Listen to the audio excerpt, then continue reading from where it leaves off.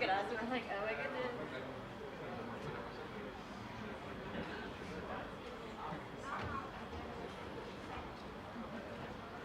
I like it. I feel okay. Producer sits on the edge. Okay. Can you take a picture of me in my chair like an official person? Like a polite human being? Well, we have a photographer. Oh, we have a real photographer. Hi, Stefano. Nice to meet you. Nice to meet you. Piacere. Thank you very much. Gitanjali. Great to meet you. Nice to meet you. By the way, is it captured in the right way? Yes. Thank you.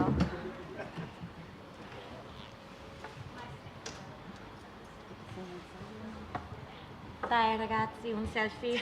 You're talking into the microphone. Oops, hi, ciao ragazzi, un selfie insieme, eh? I didn't know it was on. Annick. È con tutti voi.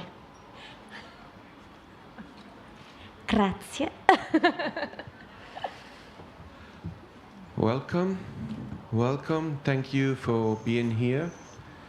And thank you to our esteemed guests, Annick Mahnert, Gitanjali, Mattie, and obviously Stefano Knuchel, who will be moderating the conversation. We wanted to have this panel talk because during the festival we have spoken a lot about the future, about changing some of the rules of this game that we still call cinema.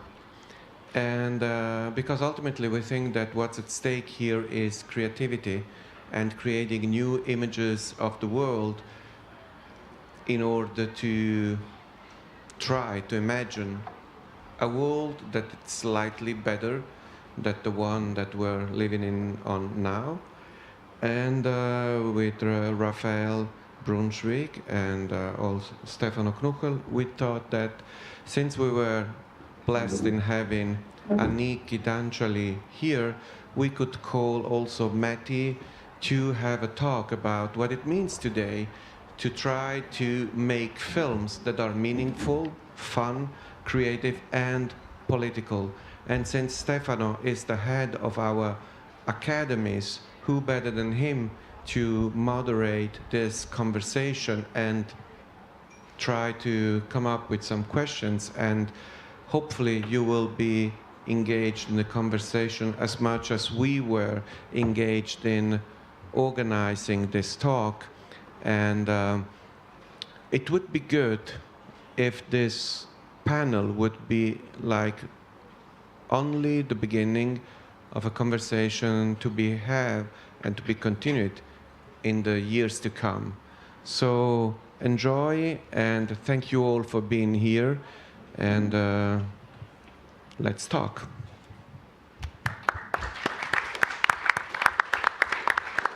Grazie mille, Joanna. Thank you very much, Joanna, which actually had the idea of saying, when I said, do you think, Joanna, I'm the right person? I know Mattie's movie. I've seen some of the movie of yours. It would be interesting also to discuss on where I've seen and how I've seen them. I know Annick a little bit, and but I'm not like an expert. He said, no, but you have the right spirit to talk about the work. And so I thought, okay, this is actually the spirit of Locarno, which is interesting. I always say also to the people of the academies, you come here, you talk to anyone, you discover there's an incredible life because there's this challenge of making cinema. So I really want this, as always, not to be like a lecture, but more like a conversation. So I'm getting to know people whose life has always been a challenge of creating in a different way, and sometimes in contexts which are not easy to create within. So I really start like if we would meet somewhere in Locarno and getting to know you better, which is actually what happens. You just happen to have a microphone and people watching at us, you know. But since you were the last to fly and you are the first to talk, Mattie, because I think that if we think to be outside the box and pushing the boundaries of creativity, I tend to think that this starts very early on, you know.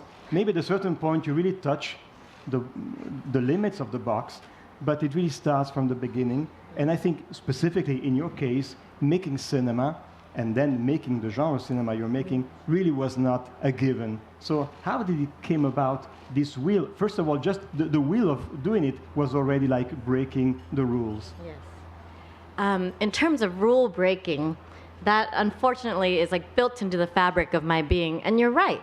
There is a very early start to thinking outside of the box or breaking the rules, because the other day I was actually lamenting, because my mother passed away when I was only 25, and I was lamenting to a friend that I wish my mother had seen me grow up to this point and doing something within the arts, because I felt like as a young child I always gravitated towards rule breaking and towards art, and I was such a bad child, you guys. I was so bad. I was like, out tagging walls, stealing cars, etc. I was like horrible. And super cativa. And I was like really sad, because I said, I wish that my mother could see that I grew up and that actually built me, that actually helped me to become the filmmaker that I am now, was being a horrible little child that didn't live by the rules. Yeah. And so you're right, it does start super early. But in terms of genre cinema, for me, I've always enjoyed it. I have always loved it. And that was also a rule-breaking experience, because my father and my mother were immigrants to America, and my father didn't speak a lot of English, and we would go to the video rental store, and he would rent his movie, and he would allow us kids to rent our movie. And the movies that I always gravitated to were genre, because the covers were fucking awesome. Mm-hmm. The covers were really awesome. And so I think that from a young age, I was already attracted to it. And it was something that my parents probably should not have allowed, because they're rated R or 17 and above. And I was like a 10-year-old child renting, Puppet Master or Terminator. And so even my career in cinema started from rule breaking. But when you say career in cinema, because we always talk about role model, yeah. I don't think you had like that many role models in cinema in Laos, like being a woman and making cinema. So where the idea of saying, no, I just go and make the movie, where that, because that's a boundary really to break.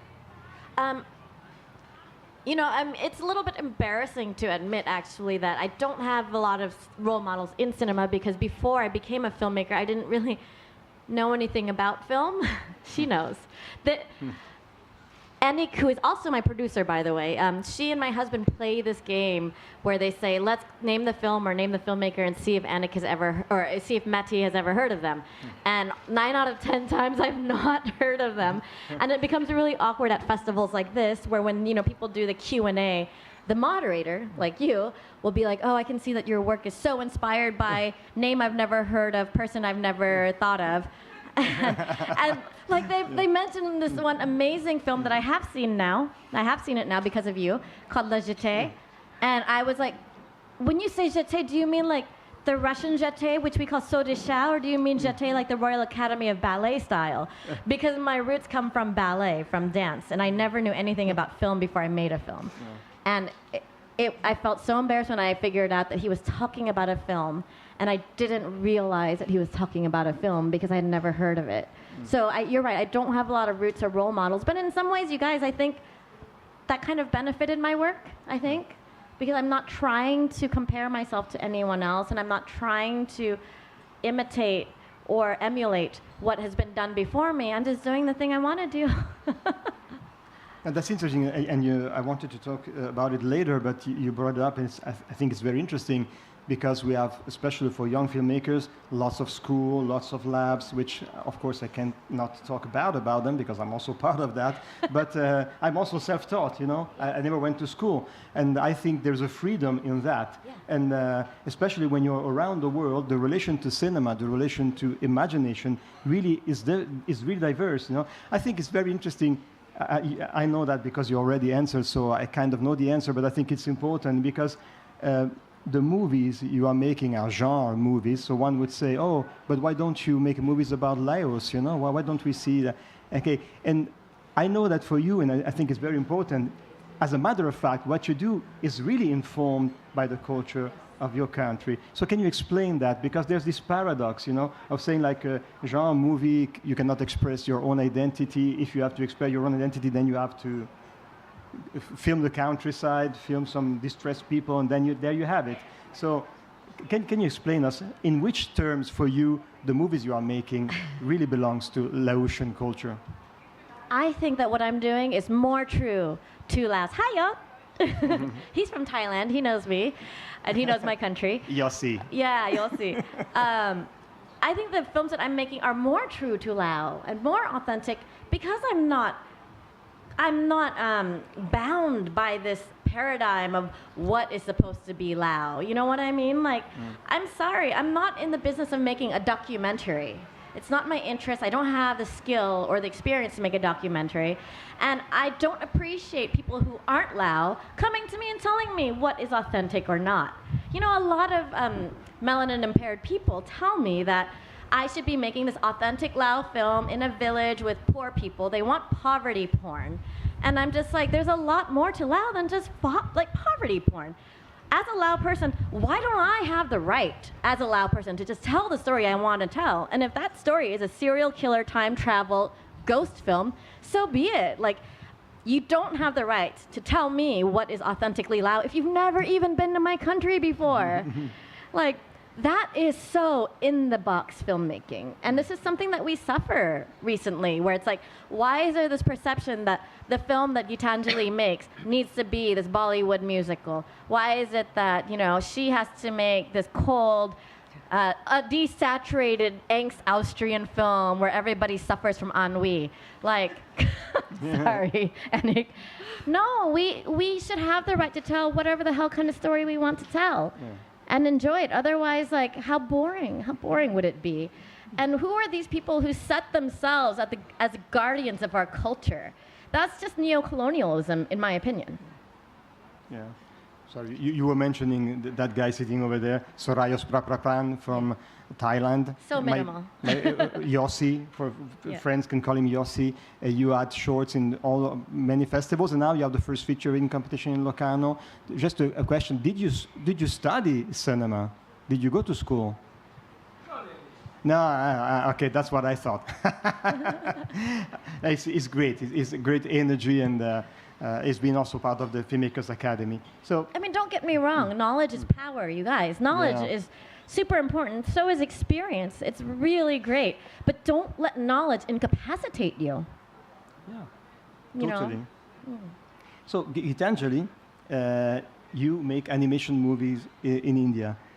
Again, here comes a question, like, is like the animation industry in India so open and so strong that it was like for you a piece of cake to enter the world of animation in India? Or how, or where did this idea came from, and what it meant to suddenly find this way of expressing your creativity? I would like to add before answering that question that I also never learned animation, never learned cinema. I come from a country where it's difficult to learn all these things, but everybody is making movies in India without really formally studying movies. So I learned art, and I wanted to make films, and I went into an animation studio because I felt this is where the two come together, and this is 1994, so there's no internet, but you just try out things. And I think I agree with Mattie. We were grown up with these video cassettes in these libraries, which we could choose. And my father was somebody who was totally into Hollywood films, and he hated Bollywood films. So what he did for us was to basically make us different. And of course, my parents had a love marriage in the 1960s in India. So we were ostracized anyway from the family. So what happens in terms of breaking rules, your parents have done it already. And so you are also encouraged to break rules. And it was part of life. I didn't even know the rules to realize I'm breaking them. So it was always like this. I think we break rules more easily because there are not too many strong ones. And then they say, these are the countries who are making these films, and this is the way it must be made. And you start exploring and being imaginative. And I chose animation, but animation in India was very, very conventional, very, very Walt Disney. So we were learning animation on the job, which was the classical Walt Disney style of animation. And then there was this 2 VHS cassettes from the National Film Board of Canada, which had these short films made by individual artists, which completely were not the Disney style of animation. And there was a friend of ours who used to send these VHS cassettes. So what you have to understand, it's just so difficult for external inspiration to come into our countries at that time, but we found them, they did, and I got influenced, and I said, this is the kind of films I want to make, with no idea of how to make them, what are the difficulties, nothing. And then I spent the rest of my life just facing those difficulties and making those films. Until I did a script lab, which was for my feature film, because my short films were funded by myself, funded in the sense I just sat alone and made them myself over 3 or 4 years. But with a feature film, it came into the formal sector of finding finance. That's when I started doing script labs, and that's when I found out these things about rules, about what is the kind of things your films are supposed to say, and what is the box. And by then, I think it was so late that I would never fit it into the box, because I also did not do things like have star voices in my animation films, because that is what I felt in animation takes away from my animation stars, the people who really draw the characters, as opposed to the people who give the voice. And I didn't, my films were talking about street people, so I didn't want a Bollywood star. But if I had a Bollywood star, I would have found it easy to find the finance. So that's where you start breaking the box, breaking out of the box more consciously. But by then, you're so committed and you so want to do what you want to do that you say, no, these are the things. I will not use Bollywood stars. I will not make it for children. It will not be entertainment. It will have a political idea in the film. And then nobody's financing it. Then you get into the co-production market where the rest of the world says, this is how they want to see your film. But then you cheat. I would also say that in your first film, you say yes to everything, but then you don't do it in your film because it's animation and it's 2 years, and your producers have put the money and they don't know what you're doing. So I haven't learned the skill yet. I mean, Yos's whole film is about the dossier, which I fail at, by the way. I don't know if you filmmakers out here have yet had to write a dossier. They're like these 50-page documents about why you should be able to tell the story you want to tell. And you have to, sometimes it's really masturbatory. And you have to say, and you know this, this is my other friend who also writes many dossiers. And you have to prove yourself that you're an artist and indigenous or native voice of value to these people who don't know anything about us or our countries or our culture. And I fail. I've never had a dossier pass ever. And Annick knows because she has to write all the ones in French and German for me. She has to translate all of my dossiers for me. And she's tried to help me write something that's a little less belligerent. Because when it's belligerent, they write back to her and be like, we find Mattie's vision a little too vulgar and brutal. Trop brutal pour nous. I'm like, oh, yeah, sorry. Well, that would be a very important topic to investigate with Annick, because really when we talk about breaking the boundaries, it's really also when you have to develop the movie, we all know that, when we have to express it on paper, because we have to make a deal on the idea of the movie. But the agreement is not easy, so what you say, Gitanjali, really says it all, like you have. And especially, I think also, by the way, we have also an Indian participant this year in the Filmmakers Academy. Mukul is just over there, as Mukul Aloy, which is really a really great, promising director. And he makes movie about this village, and he goes and he revisits the village in such a very interesting way. In a way, it's very traditional. I mean, it talks about his own reality, and in a way, it's totally non-Indian cinema. So I always wonder, this balance that you also have between what is your own culture and then what is the international circuit.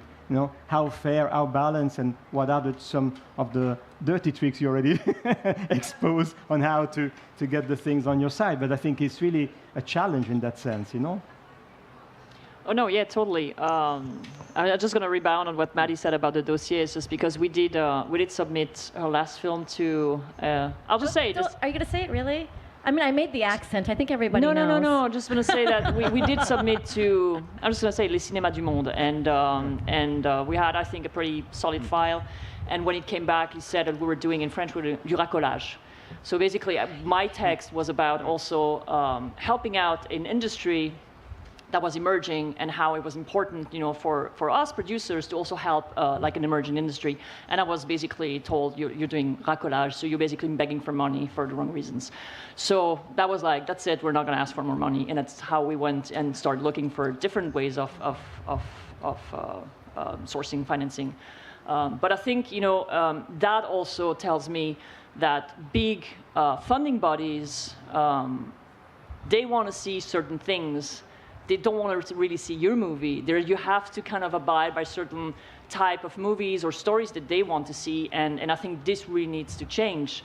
I've been, so I'm originally from Geneva, I'm Swiss. I work internationally. I'm based in Spain, but I work with Canadian and Asian and American companies. And so I work on different fronts in terms of financing. I see how the financing works in Europe, how actually, and I have no shame saying it, how filmmakers are actually privileged, to be able to submit to film funds, because there are many, many countries around the world that do not have this privilege, and Laos being one, and many others.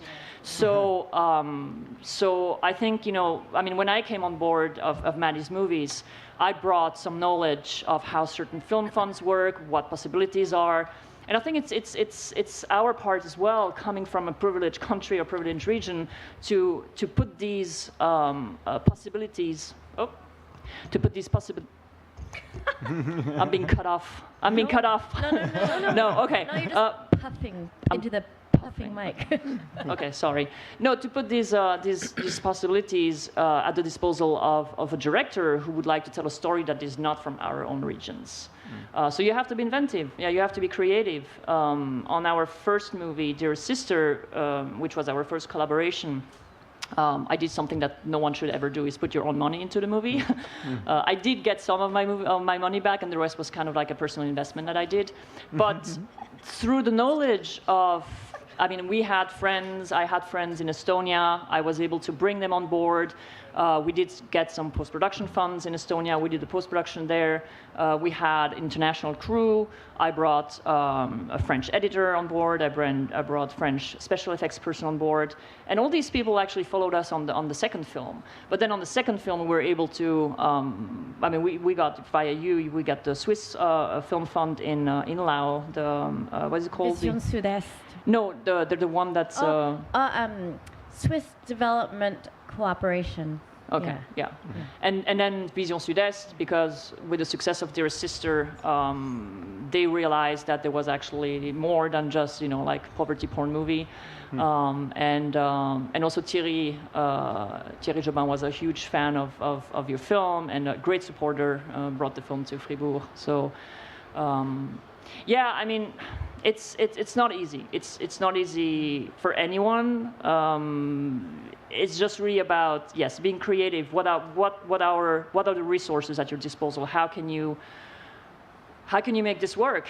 And for us, for the second one, it was about finding a financier that came on board, helped us finance the movie. It was very, very complicated and very difficult and very painful experience. But we did the movie, and we ended up going to Venice with it, to Giornate degli Autori. Yeah. So, the reality is, anyone here who is working in a country without government grants, or what they call the MENA countries, right? The MENA countries who we have to go to certain open grants that a certain kind of board deems you worthy or not. It's difficult. It's got to be out of the box anyway. Because we have to find out-of-the-box ways to make our film no matter what, because we don't have the luxury of taking the same steps that everybody else gets to take. And so no matter what, like, mad respect, everybody has to kind of think outside the box when they're working in a country like this. And I really appreciate that everyone is making these efforts, even though there's no support structure there. I had a massive issue, which Annick knows, which not only am I living and working in a country that doesn't have government financial support or any grant fundings, we don't even qualify for some of these pre-existing ones. It's like, you go to like, I don't know, like Hubert Ball's or like one of these big ones. In the old days, you would click on that little drop-down menu, what country is your project from? And it was like Lithuania and Lesotho, and like Laos wasn't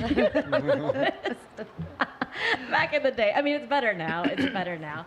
But another thing you should never do is maybe like get into the producing relationship that Annick has with me, because during Dearest Sister, I went to a pitch market in Amiens, also in Amiens. And back then, I had no one supporting me. I had no producers except my local Lao producers who didn't know much about the outside producing world. And I called her and I said, hey, I'm going to be in Europe. Do you want to come visit me? I have a free hotel room. You can come stay, and I think we get free drinks at night. And she came. And then what I didn't realize was when I put her name on the list, I was like, oh, Annick is also coming with my film. I said, with my film. And they wrote her this super official welcome letter. They're like, oh, we're so happy that Annick, the European producer of Mattie Do's film, will be joining us to pitch. Your pitch is 20 minutes and Mattie's pitch is 20 minutes. And she was like, oh my God. I just wanted free drinks. Yeah, like we just and a free hotel room. And there was a Christmas market. Like I love European Christmas markets.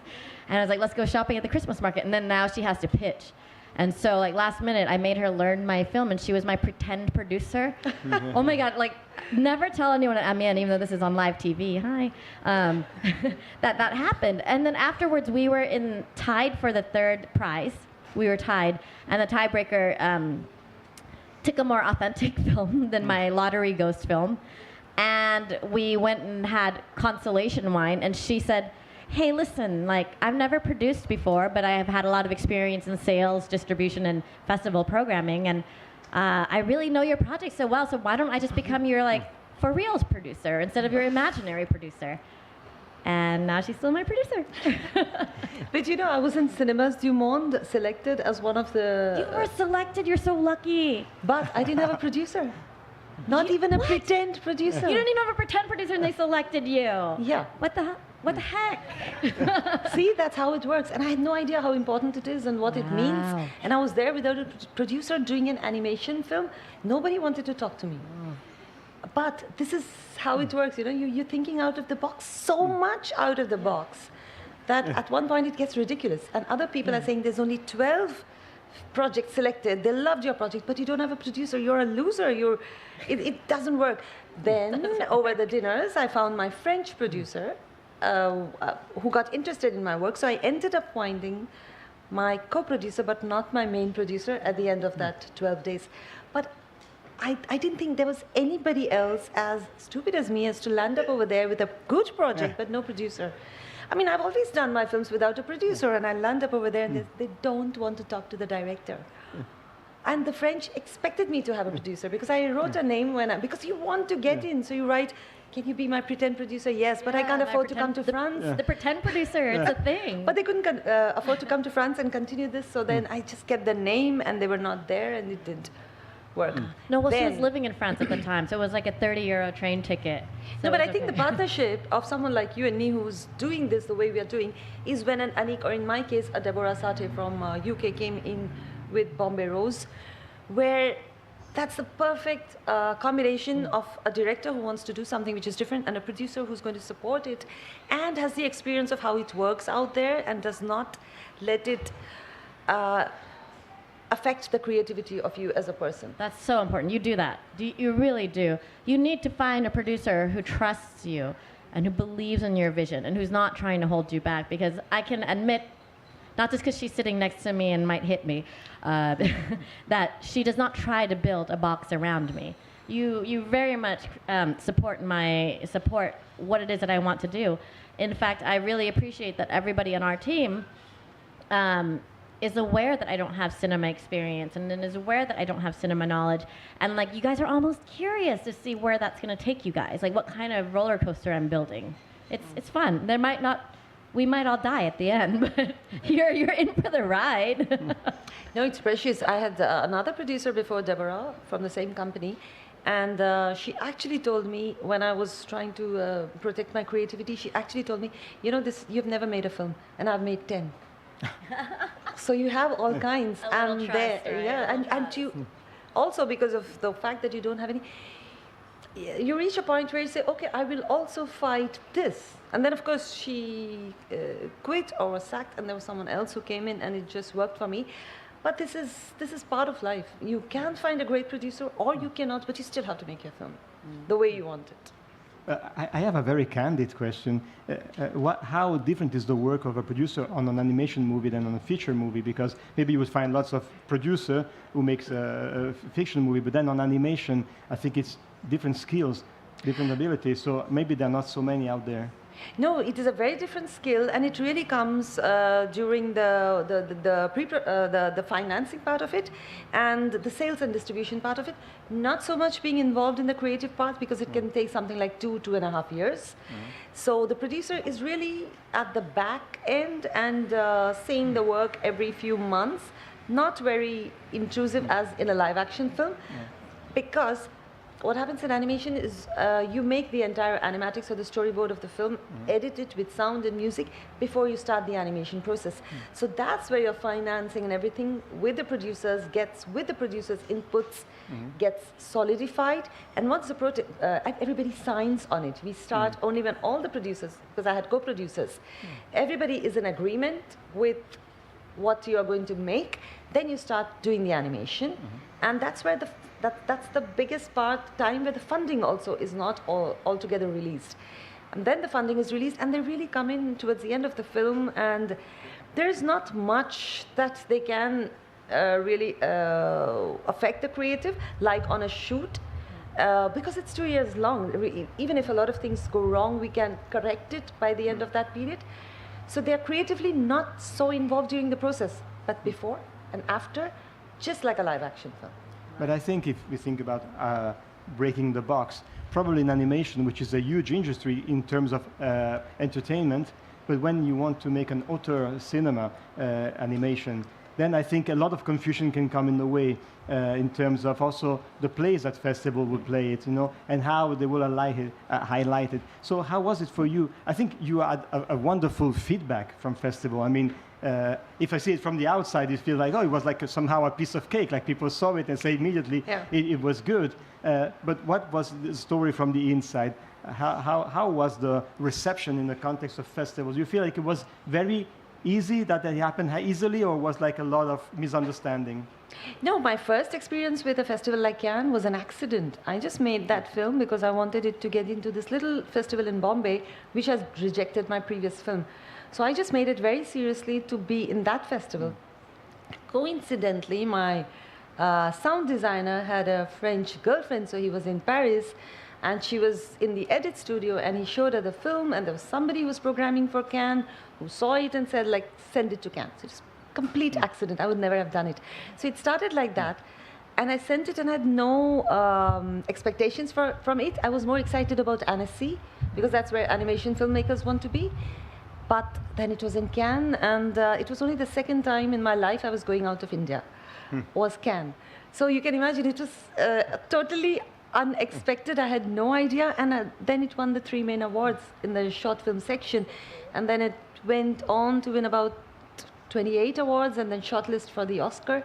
So this just happened because the film was in Cannes, and the film was in Cannes because of this accident. And that's how it works. I mean, you do everything, but it need not have happened like this for me, no matter what I was doing. So it is a combination of forces, because you don't have a producer who's doing it. Then, and it's a short film, there's no stakes, there's no, nobody has to have a stake in your short film for it to be in an A-list festival. But when you get onto the features, everything changes. But I had enough time to understand how it changes, mature with it, and then know it is always going to be a challenge. Yet I felt, when I was in Cannes with my short film, everybody was asking me, so what is your next feature film? And I was not ready with my feature film at all. I just wanted to make short films. And then 5 years later, you wake up and say, okay, I want to make a feature. And then Cannes sees my pitch and selects it for Cinémas du Monde. So they are like my guardian angel in a way, which is why I'm in Cinémas du Monde without a producer, again, and a part of the jury. So it's accidents, and then you learn to make the most of it. So each time you're very...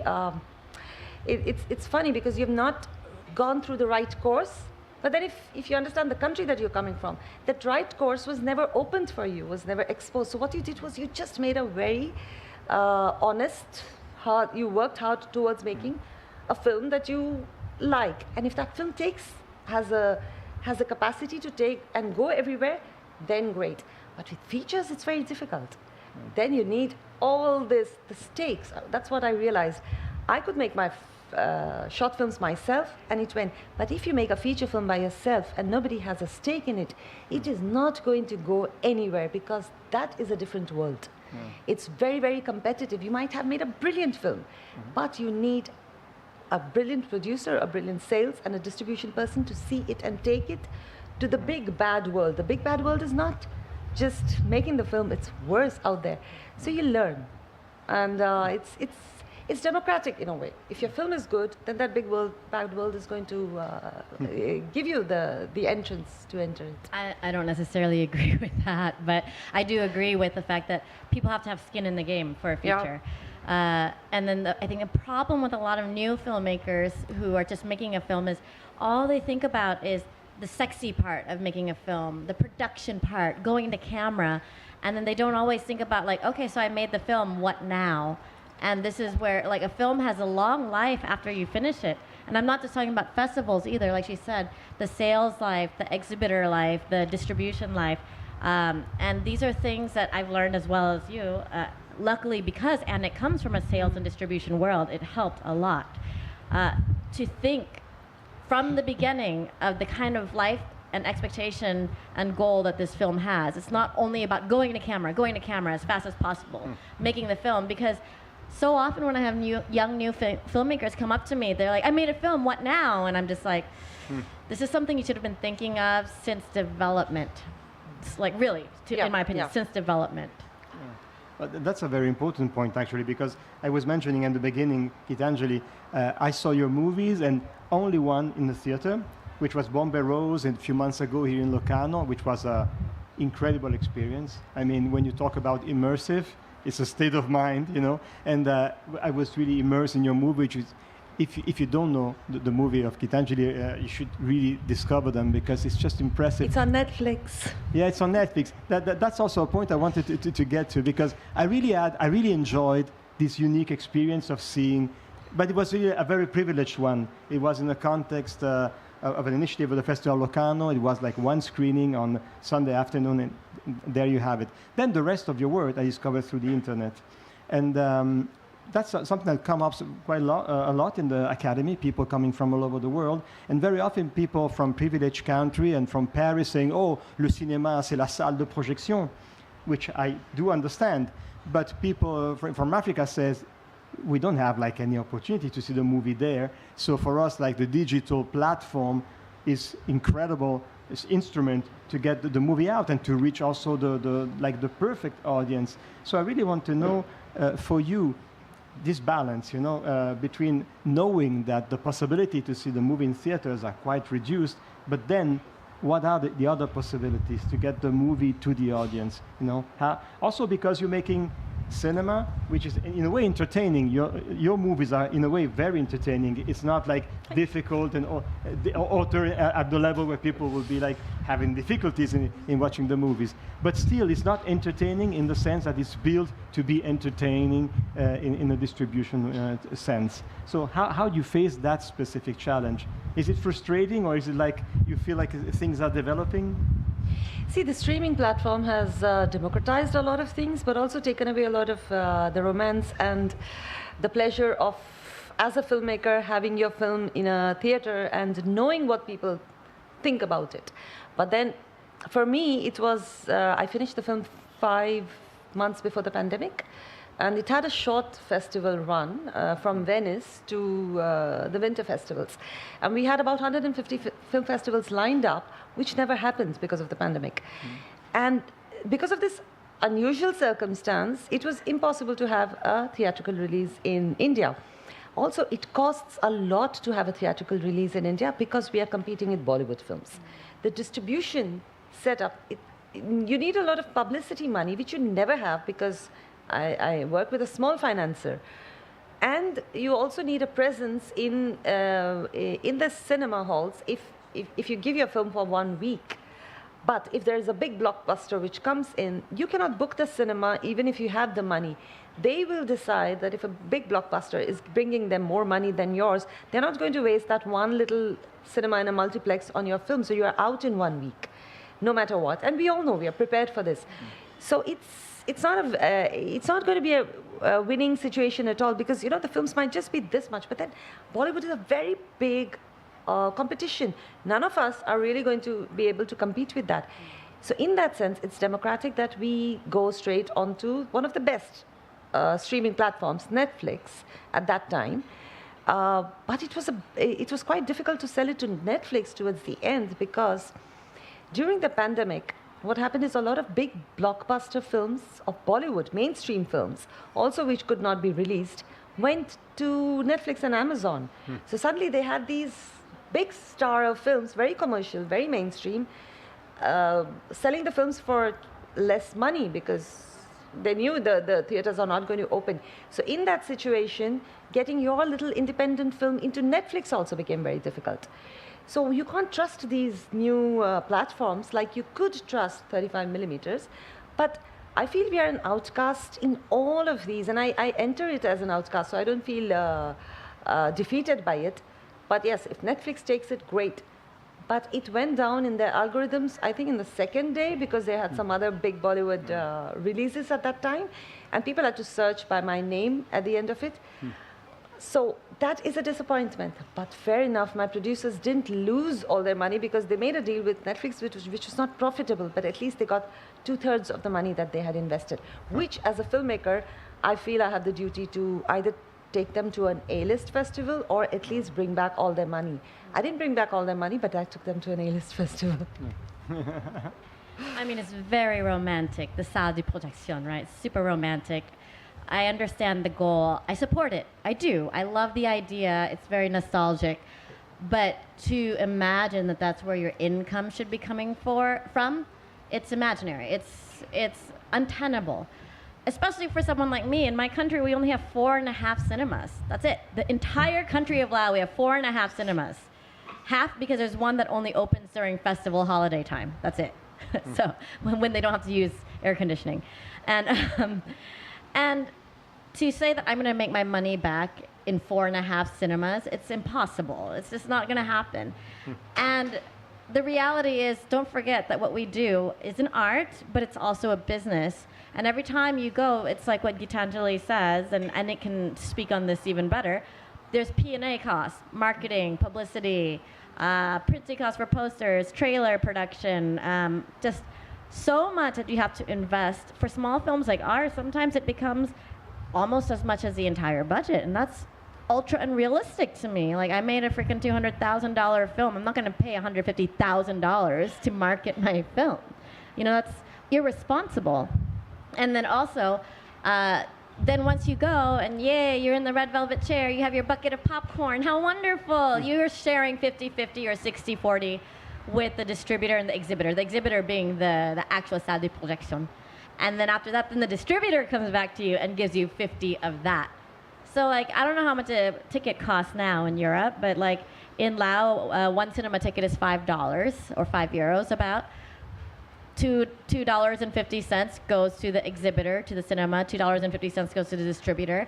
And then from that, I get $1.25 if my sales agent didn't totally mess up my contract, which in this case, they kind of did, but that's okay.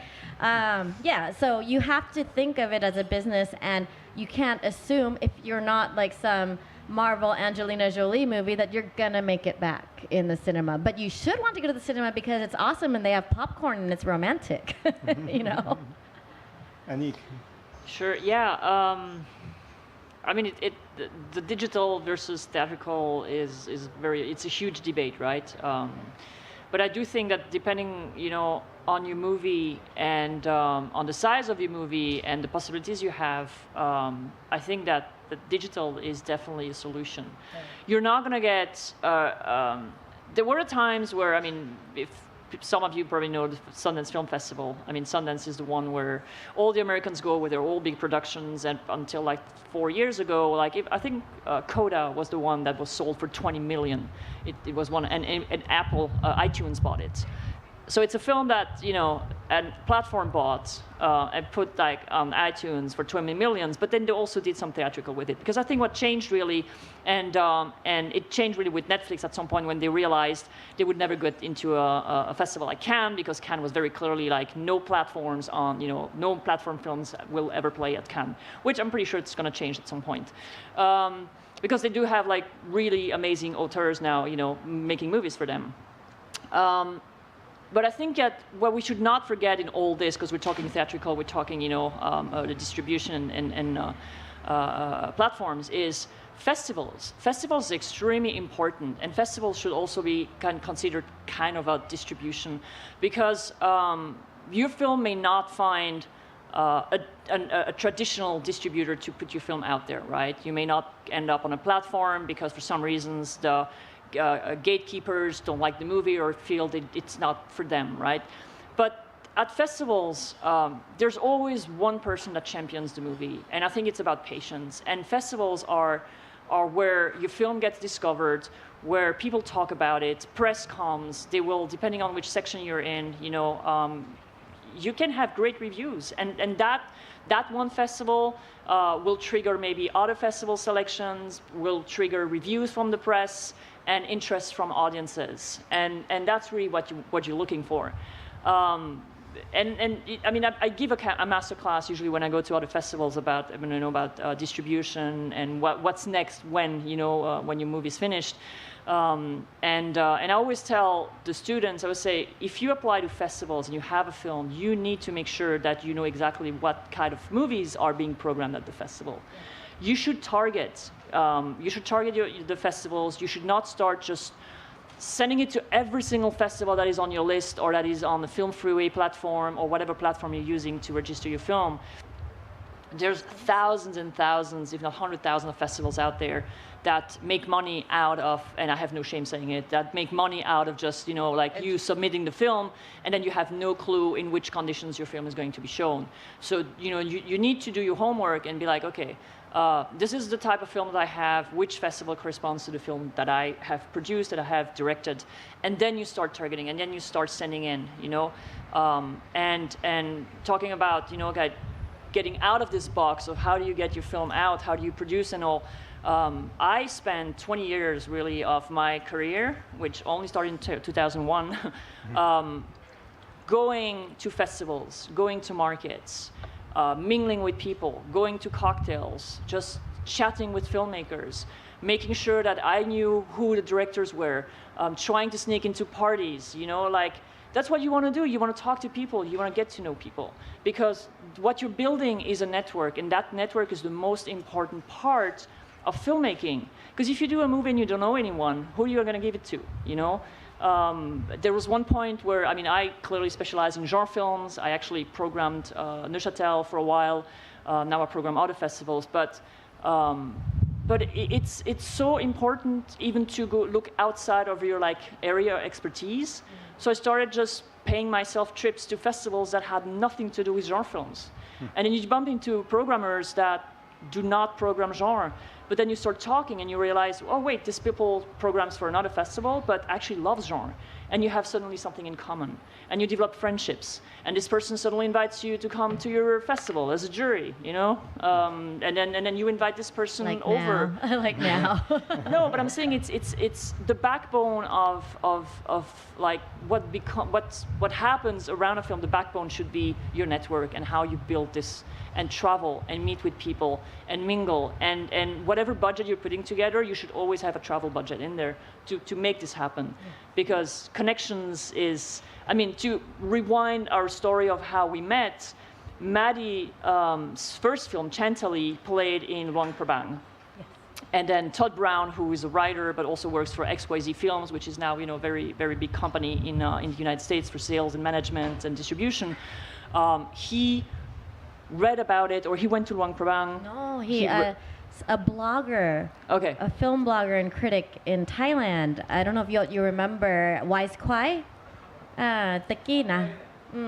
wrote a little blip about it, about what a strange movie it was, and Todd read it. So Todd read it, and then I read about it on Todd's website, and I contacted her and said, because I was working for a sales agency, and said, can I see your movie so that I can check if we can take it for sales?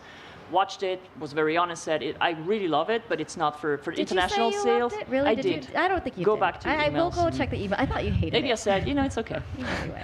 But what I said was, let's just keep in touch. That's what you say. You're being She's nice. so polite, but I didn't understand that because I'm not a film person. Okay, one thing I want to add really quick. Wait, the network thing. It has to be sincere. You're not networking just to collect business cards and your person drop names. It has to be sincere. So when you said, let's keep in touch, I didn't understand that was just polite, like your movie, but pass. And so when I first met you, I was like, led hi, you're my friend. I was like a puppy dog, Can I drink your drink?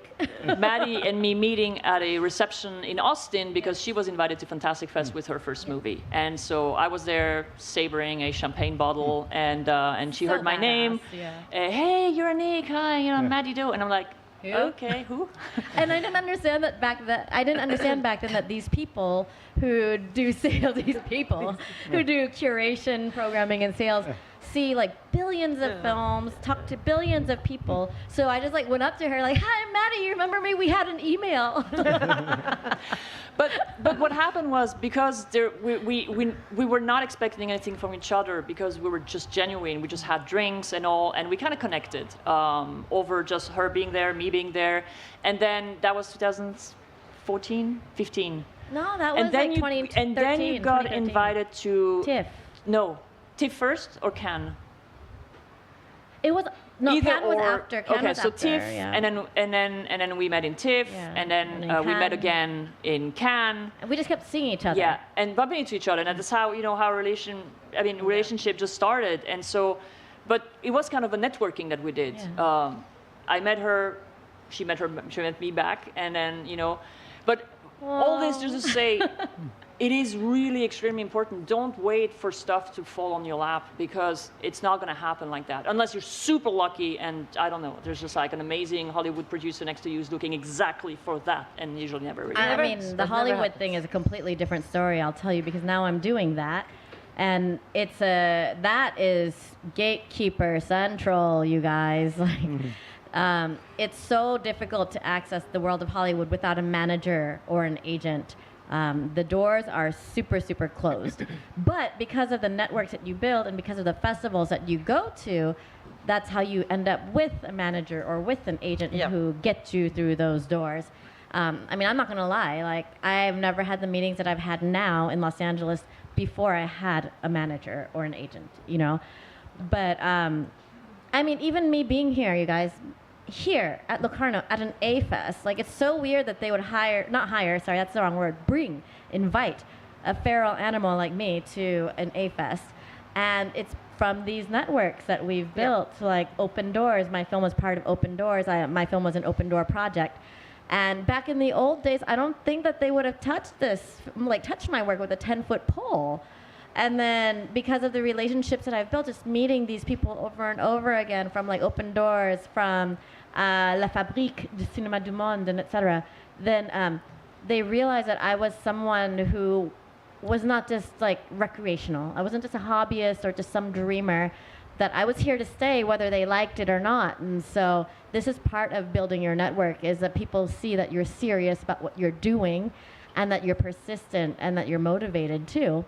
And so even if, sometimes they may wonder if I've had all my shots or not, they still bring me to the party. It's nice. No, that's true, because even as animators, directors are very, very introverted. And so this networking thing we dislike it. But I would agree with Annick to say, as a director, you can be what you want and think out of the box. But when you have to do the networking and the rest of it, you better be thinking within that box, because you can't be doing both so outside that nothing really works. So here there's a formula. They tell you 3 years you do the networking with the same festivals and the same people. On the 4th year, they recognize you, they respect you, and that's where you get your things going. It's clockwork. It works. Yeah. But there, I wouldn't really think out of the box, and say, I'm not going to do any of this. That's a fallacy. You have to do this. But we don't want to be too locked into what we think people want to see or encounter. Don't forget, we're artists. We have to be ourselves. I cannot be anything except what you see here.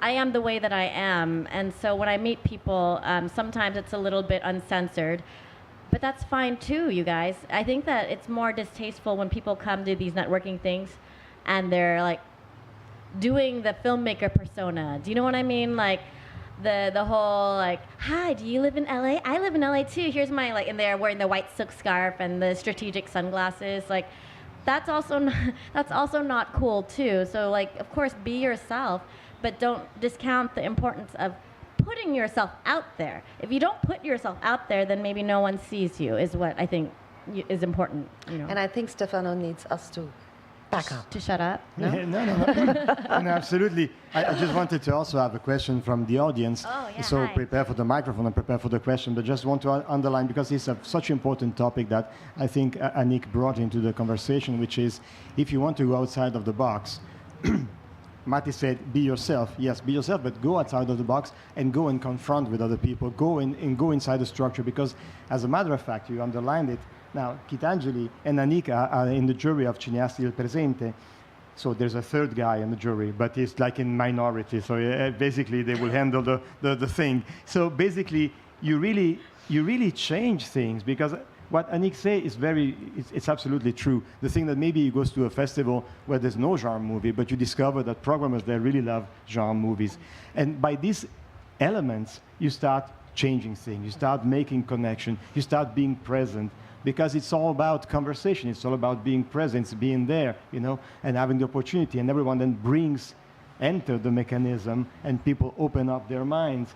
And so this is like a very precise, like Jonah says, genre movie is very important, animation is very important, and then, but it doesn't only say that, you know. Yeah. It chooses person that they are in the juries. So I think this is really key. I really would like to have a question from the audience. We cannot deny that the box exists. And sometimes we have to dip our feet into the box. Do you know what I mean? But then once we've experienced what's in the box, I mean, it's a real thing, it's there, then it's our duty to start to shape our own boxes. They don't have to have four corners. They could be whatever the hell we want them to be, but we cannot deny the existence that it's there. You know, so it's kind of like this coexistence.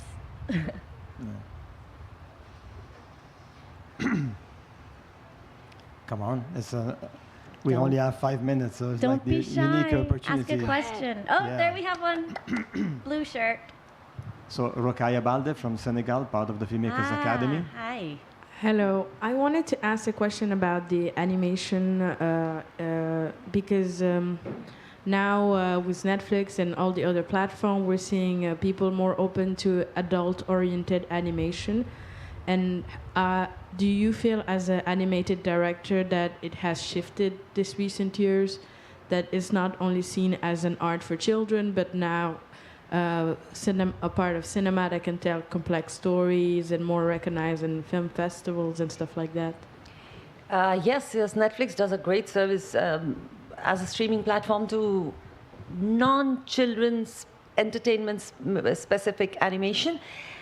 To a big extent, it has made a difference, because the kind of films that come into your cinema in your country, it depends on which country you live in, and the country that I live in and the country that you live in.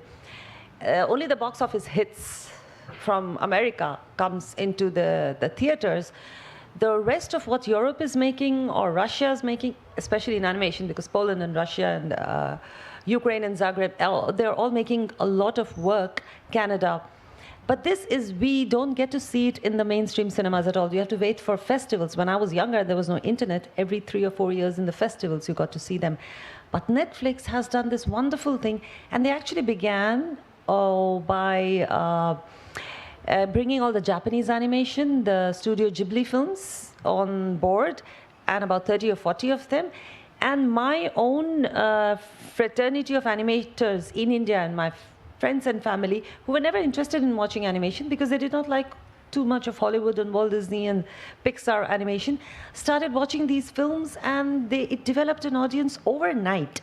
So for animation, it did a big, big service. Now that it has got into production of animation films, that's where it is a little iffy, because Netflix has some requirements and things. and most of us animators are led, when we are pitching to producers, we are told to go straight to Netflix because it's an expensive business to have animation. They are the ones who are going to show it. So it has a bit of a trapping, but for animation, it's been a great way of seeing all the animation that is suddenly happening in the world, which is not necessarily restricted to children, through the streaming platforms. It is the same with regional language cinema that has got an exposure because it's dubbed, it's subtitled in all languages. If it's there on your television, you'll watch it, and if you like it, you watch it. Nobody was given a chance like that with animation. Now they are. So Netflix it's been good for us.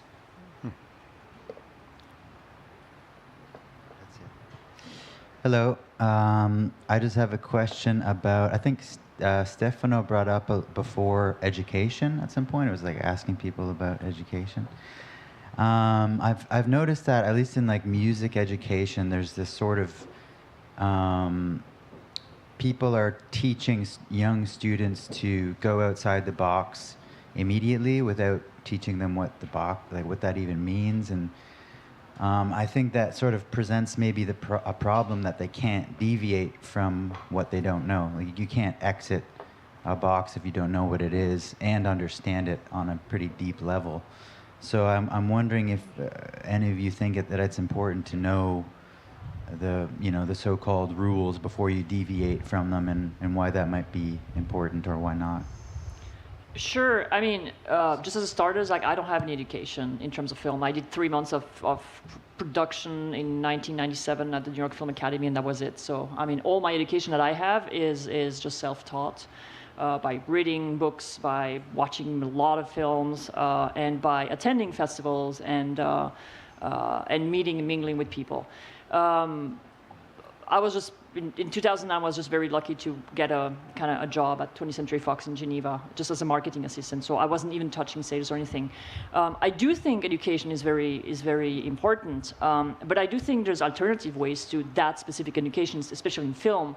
I mean, nowadays you can shoot a film with your iPhone, with your cell phone. All the tools are on your computer.